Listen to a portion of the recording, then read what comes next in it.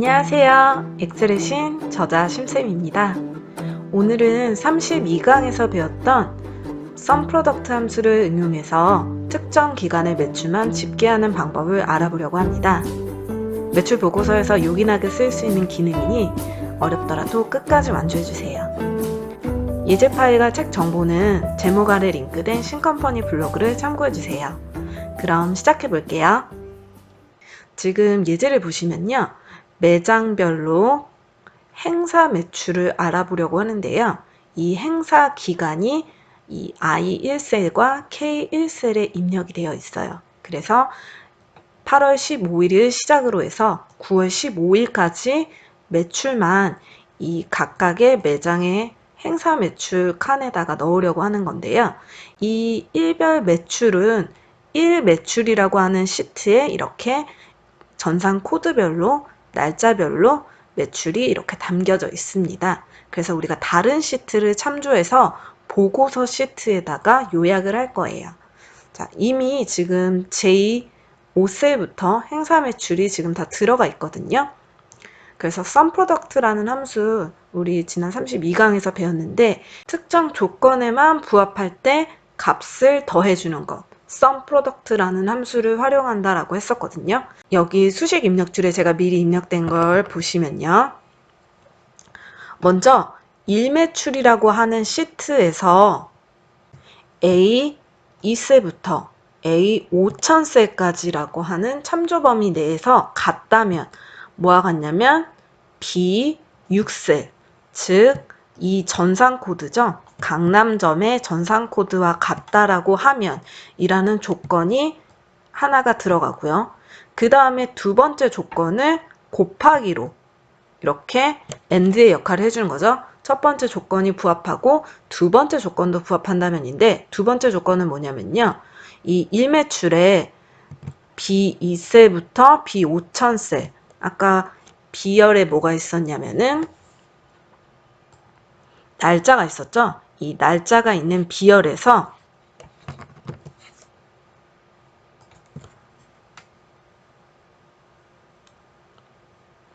이때 크거나 같다면 뭐냐면 I1셀보다 크거나 같다면이에요. I1셀은 뭐냐면 여기 행사 시작일 이 행사 시작일보다 같다면 그러니까 시작일 그 이후의 날짜들을 말하는 거죠. 근데 이 I1셀은 지금 8월 15일이라고 하는 날짜 형태로 보여주고 있지만 이거를 일반 형식으로 볼 때는 이렇게 숫자 44,423이라고 하는 숫자로 바뀌는 거거든요. 종료에도 마찬가지로 지금은 날짜 형식이지만 일반 서식으로 바꾸면 이렇게 44,454라고 하는 숫자가 돼요. 그리고 이 매출에서도 이 날짜들을 지금 날짜 형식인데 일반으로 바꾸면 이렇게 다 4만대로 바뀌죠. 그래서 대소 비교를 할 수가 있는 거예요. 자, 그러면 다시 보고서 시트로 넘어가서 그러면 이 두 번째 조건이 의미하는 것이 뭐가 되냐면 날짜가 있는 데서 특정 시작일보다 크거나 같다. 그러니까 8월 15일을 포함하고 그 날짜보다 큰 날짜이거나 그리고 별표로 해서 또 AND가 이어지는 거죠. 세 번째 조건이 뭐냐면 날짜가 있는 B2셀부터 B5000셀에서 이번에는 작거나 같다. K1셀보다 작거나 같은데 이 종료일자와 같거나 종료일자 이전 날짜이거나 즉 시작일과 종료일을 의미하는 거죠. 자, 다시 정리하면요. 이 두 번째부터 세 번째는 이 날짜의 조건을 의미하는 거고 첫 번째는 자, B6셀이니까 전산 코드가 같을 때 강남점을 의미하는 거예요. 즉 J6셀에 들어가는 썸프로덕트의 수식의 첫 번째는 J6셀과 같은 강남점 전산 코드여야 하고 시작일과 종료일을 포함하고 있어야 돼요. 그러니까 그 이전 날짜나 그 이후 날짜를 제외한 행사 시작일부터 종료일까지의 날짜만 포함해서 더해주는데, 썸 프로덕트니까 더해주는데, 뭘 더해주냐면, 네, C열에 있는 값을 더해준다는 거죠. C열에는 뭐가 있었냐면, 일매출 시트로 다시 가보면, 네, C열에는 매출이 이렇게 있는 거죠. 그래서 썸 프로덕트 함수를 활용해서 이렇게 매출을 넣어봤어요. 자, 그러면 우리가 직접 입력을 해보도록 할게요. 수식 입력줄에 있는 걸 지우고 등호를 써서 sum product까지 쓰시고 괄호를 열 건데 조금 띄어서 스페이스를 좀 눌러서 괄호를 열게요. 그리고 나서 우리는 강남점에 있는 전산 코드를 일매출 시트에서 찾을 거니까 먼저 일매출 시트로 가서요. 전산 코드가 시작하는 A2셀부터 그리고 컨트롤 쉬프트 아래 화살표 방향키를 눌러서 마지막 셀 주소까지 이렇게 선택을 합니다. 아까는 A5000셀이었는데 좀 더 넉넉히 잡으셔도 상관은 없으세요. 그리고 F4를 바로 눌러서 조건 범위를 고정시켜 주는 거죠. 왜냐면 다른 지점으로 채우기 핸들을 할 때도 우리가 이 조건 범위는 움직이지 않아야 되니까요. 그리고 등호를 입력하시고요. 다시 보고서 시트로 넘어가서 전산 코드가 있는 B6셀을 클릭합니다. 이때 보고서 느낌표라고 써있고 아까 전에는 그냥 B6만 써있었죠? 그런데 이거는 상관이 없어요. B6셀이 그냥 B6셀을 쓰든 보고서 시트에 있는 B6셀이든 상관없이 인식을 하니까요. 그냥 가로 닫고 그 다음에 이어서 별표를 쓰셔도 되는데 우리가 오른쪽으로 계속 길어지면 좀 힘들 수 있으니까 한 칸 아래로 내리고 이어서 써보도록 할게요. Alt, 엔터를 눌러서 다음 칸으로 가죠.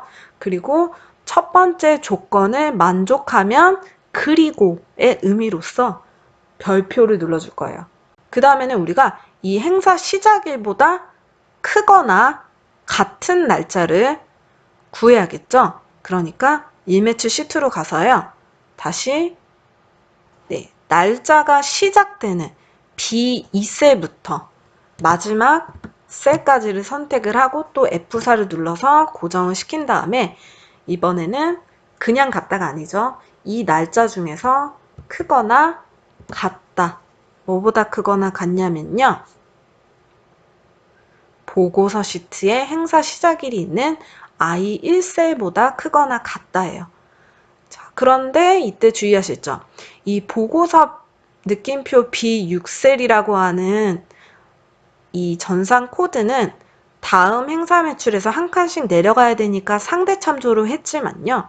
이 참조해야 되는 행사 시작일은 고정이 돼야 되죠. 다음 칸에 내려갔다고 해서 이게 I2셀, I3셀 이렇게 내려가면 안 되니까 F4를 눌러서 고정을 시켜줄 거예요.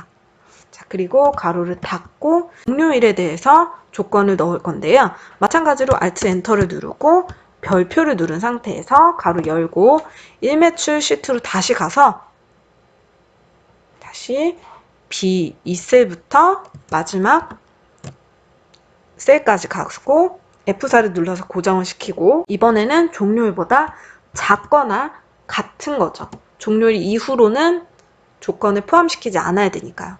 그리고 그 조건은 어디에 있냐면 보고서 시트에 K1셀에 있습니다. 얘도 마찬가지로 다음 매장으로 옮겼을 때 채우기 핸들을 했을 때 K1셀, K2셀 이렇게 밑으로 내려가지 않아야 되니까 절대값으로 만들기 위해 F4 눌러주시고 괄호 닫아주시면 돼요. 그래서 이렇게 해서 매장 전산 코드와 그리고 행사 기간 이 세 가지의 조건이 모두 만족하면 그러면 이제 매출을 더해야겠죠. 더하기 위해서는 일단 그리고의 의미를 가지고 있는 별표를 Alt 엔터 누른 상태에서 자, 다음 줄에다가 별표를 이렇게 눌러주는 거예요. 그리고 또 매출이 있는 일매출 시트로 가기 위해 괄호를 열고 일매출로 갑니다. 그리고 C열이죠. C열에 매출이 시작하는 C2셀부터 마지막 셀까지 이동을 한 다음에 선택을 하시면 또 F4로 이렇게 고정을 시켜주고 이번에는 등호부등호가 필요 없어요. 그냥 C열에서 배열이 맞으면 그 같은 행에 있는 값을 더해줘라 라는 것으로 끝날 거니까 이 상태에서 가로를 닫으시면 되고요. 그 다음에 또 이 썸 프로덕트에 여는 가로가 있었으니까 얘도 좀 띄어서 구분하기 쉽게 띄우고 가로를 이렇게 닫아주고 엔터를 눌러주시면 됩니다. 그럼 제대로 됐는지 한번 확인을 해볼까요? 채우기 핸들을 이렇게 밑으로 내렸더니 네, 나머지들도 제대로 채워진 것 같이 보입니다. 이제 행사 일자와 그리고 종료 일자를 보기 좋게 다시 날짜 형식으로 바꿔볼게요. 그리고 날짜를 지금 8월 15일로 되어 있는데 8월 10일로 바꿔볼게요. 네, 자동으로 바뀌죠? 종료 일자도 한번 9월 10일로 바꿔볼게요. 자동으로 바뀌죠? 그런데 만약에 뭐 다음 주 아니면 몇 달 후 매출이 늘어나서 이 1매출 시트에 4318셀에도 다음 셀에도 막 이렇게 데이터가 많이 들어가는 경우가 있을 거예요. 쭉 만약에 들어가. 그런데 여기 우리가 만든 수식에는 4317까지밖에 없기 때문에 만약에 5000셀이 들어가면 해당이 안 되겠죠. 그러면 우리가 이걸 다시 다 수정할 필요가 없고요. 여기에 있는 마지막 참조 범위만 이렇게 바꿔주시면 돼요. 그래서 저 같은 경우는 아예 넉넉하게 바꿔주거든요. 그래서 여기 바꿔주고 또 참조 범위 여기 바꿔주고 참조 범위 여기 바꿔주고 참조 범위 또 여기 이렇게 바꿔주고 이렇게 해도 값은 변하지 않아요. 자, 오늘 배웠던 내용 조금 어려울 수 있으니까요. 꼭 복습하시고요. 그리고 수업이 도움이 되셨다면 구독과 좋아요 부탁드립니다. 오늘도 수고 많으셨습니다. 감사합니다.